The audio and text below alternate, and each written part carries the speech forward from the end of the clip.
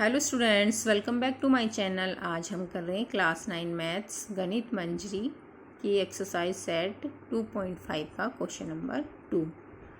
आज gym charges a fixed monthly fee and an additional cost per hour for using the badminton court. देखिए, एक gym है, अगर आप उसमें जाते हैं तो उसकी कुछ मंथली फ़ीस है और वो उससे कुछ एक्स्ट्रा चार्जेस लेता है अगर आप उसका बैडमिंटन कोर्ट भी यूज़ करते हैं। अगर बैडमिंटन कोर्ट नहीं यूज़ करते तो कोई एक्स्ट्रा चार्ज नहीं है, लेकिन अगर आप बैडमिंटन कोर्ट भी यूज़ करेंगे तो उसके एक्स्ट्रा चार्जेज हैं।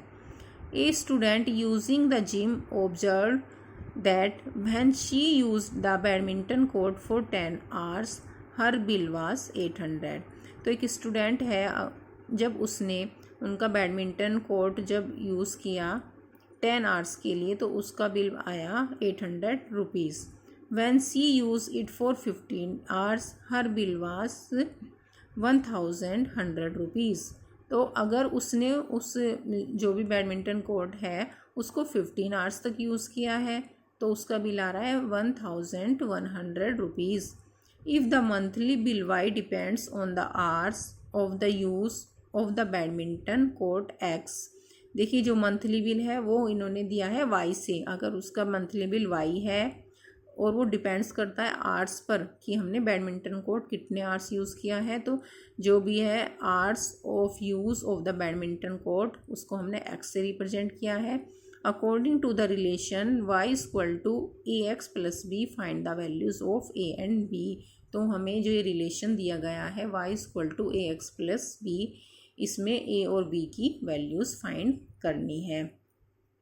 ठीक है, तो यहाँ पर हमारे वाई क्या दे दिया है, इन्होंने मंथली बिल दे दिया है, और एक्स क्या दिया है, use of badminton court, hours of the use of the badminton court, और हमें दे दिया है कि जो 10 hours यूज़ कर रहे हैं और 15 hours उसको यूज़ कर रहे हैं। फिर हमें ए और बी की वैल्यू फाइंड करनी है। X equal to number of hours for using the badminton court. X क्या दे रखा है हमें, नंबर ऑफ आवर्स हैं जितने आवर्स के लिए हम बैडमिंटन कोर्ट यूज़ कर रहे हैं। वाई क्या है हमारा, टोटल बिल है। तो गिवन हमें क्या क्या दे रखा है, x equal to 10 then y equal to 800। अगर हम 10 hours के लिए बैडमिंटन कोर्ट यूज़ करते हैं तो हमारा 800 रुपीज़ बिल आता है। अगर हम 15 hours के लिए बैडमिंटन कोर्ट यूज़ करते हैं तो हमारा बिल आता है 1100 रुपीज़। अब रिलेशन क्या दे रखा है हमें, y equal to a x plus b. तो इसमें वैल्यूज़ पुट करते हैं। देखिए, y बिल कितना है हमारा 800 रुपीज़ है, तो a की वैल्यू, यहाँ पर x की वैल्यू कितनी है 10, तो क्या हो जाएगा, y की जगह हमने 800 रख दिया, a की जगह a है और x की जगह हम रख लेंगे 10, तो ये हमारा हो जाएगा 10a प्लस b। तो हमारी इक्वेशन क्या बन गई, 800 equal to 10a plus B, ये हमारी फर्स्ट इक्वेशन बन गई। सेकंड इक्वेशन क्या बनेगी हमारी, y की वैल्यू दे रखी है हमें 1100 रुपीज़, यहाँ पर हमने लिख ली, और x की वैल्यू कितनी है यहाँ पर 15 है, तो a मल्टीप्लाई 15 प्लस b, तो ये हो गया 15a प्लस b। ये हो गई हमारी second equation. From equation first and second, अब हमें इक्वेशन फर्स्ट और सेकेंड से क्या करना है, सोल्व करना है। इसको क्या करेंगे, इक्वेशन फर्स्ट में से हम इक्वेशन सेकंड माइनस कर देंगे ए और बी की वैल्यूज़ फाइंड करने के लिए। तो हमने, हमारी फर्स्ट इक्वेशन है 10a plus b equal to 800, second equation है 15a plus b equal to 1100 rupees. अब माइनस किया तो क्या होगा, सारे साइन चेंज हो जाएंगे, यहाँ पर भी माइनस, यहाँ पर भी, यहाँ पर भी माइनस। बी यहाँ पर प्लस का है, यहाँ पर माइनस का है, तो दोनों कैंसिल आउट हो जाएंगे, और 15 में से 10 गए तो 5 बचेगा, और ये बचेंगे माइनस का। माइनस का क्यों बचेगा, क्योंकि माइनस के ज़्यादा है, तो -5a इक्वल टू, अब 1100 में से 800 जब माइनस करेंगे तो 300 आ गया, और ये भी माइनस के बचेंगे क्योंकि ये माइनस के ज़्यादा थे, तो ये माइनस से माइनस कैंसिल आउट हो गया। अब ये जो 5 है ये यहाँ मल्टीप्लाई में है, तो इक्वल टू से इधर जाके डिवाइड में हो जाएगा, a इक्वल टू 300/5।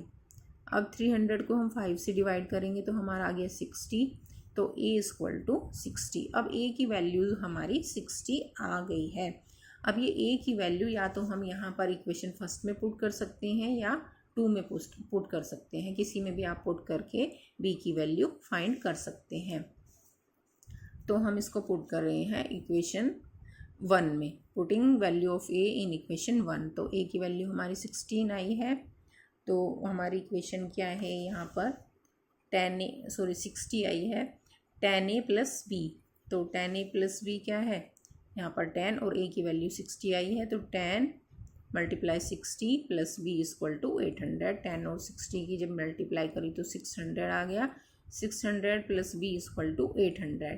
तो b इक्वल टू 800 माइनस 600, क्योंकि इधर प्लस में था तो इक्वल टू से इधर जाके ये माइनस में हो गया, तो b इक्वल टू आ गया हमारा 200। तो b की वैल्यू आ गई हमारी 200, a की वैल्यू आ गई हमारी 60। तो अब रिलेशन में हम रख देते हैं ये वैल्यूज़। तो रिलेशन क्या था हमारा y equal to a x plus b. तो y इक्वल टू a की वैल्यू 60 रख दी, 60x प्लस, और b की वैल्यू थी 200। तो हमारा रिलेशन आ गया है y equal to 60x plus 200। तो पहले हमें क्या करना है, पहले जो इसको रिकैप कर लेते हैं क्वेश्चन का, जो भी हमें वैल्यूज़ दे रखी थी उनको हमने यहाँ पर जो ये रिलेशन है उसमें a और b की वैल्यूज़ हमने यहाँ पर क्या करा रखी हैं, और फिर इन दोनों को माइनस करके इक्वेशन को a की वैल्यू निकाल ली, फिर हमने b की वैल्यू निकाल ली, और जो भी a और b की वैल्यू आई है वो हमने इस रिलेशन में पुट कर दी।